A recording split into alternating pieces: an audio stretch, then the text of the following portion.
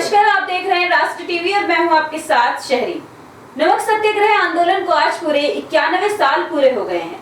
इसी मौके पर आज प्रधानमंत्री नरेंद्र मोदी अहमदाबाद पहुंचे हैं, जहां मोदी आजादी के अमृत महोत्सव की शुरुआत कर रहे हैं।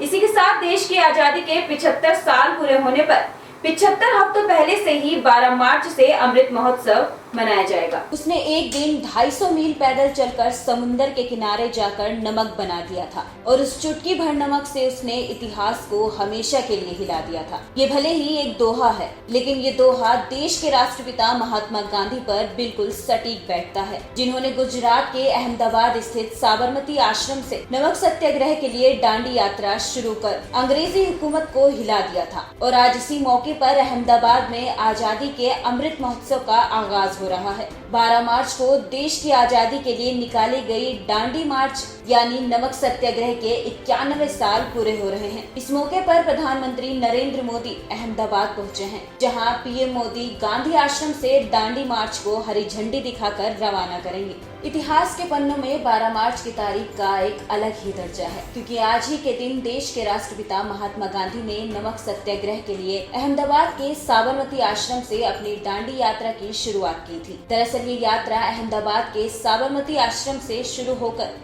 नवसारी स्थित छोटे से गांव दांडी तक गई थी, जो कि सत्याग्रह भारतीय स्वतंत्रता संग्राम का महत्वपूर्ण हिस्सा रहा है। इस मार्च के जरिए बापू ने अंग्रेजों के बनाए नमक कानून को तोड़कर उस सत्ता को चुनौती दी थी, जिसके बारे में कहा जाता था कि उसके साम्राज्य में कभी सूरज नहीं डूबता है। प्रधानमंत्री नरेंद्र मोदी साबरमती आश्रम से एक यात्रा का आगाज करेंगे, जो दांडी मार्च की याद में की जा रही है।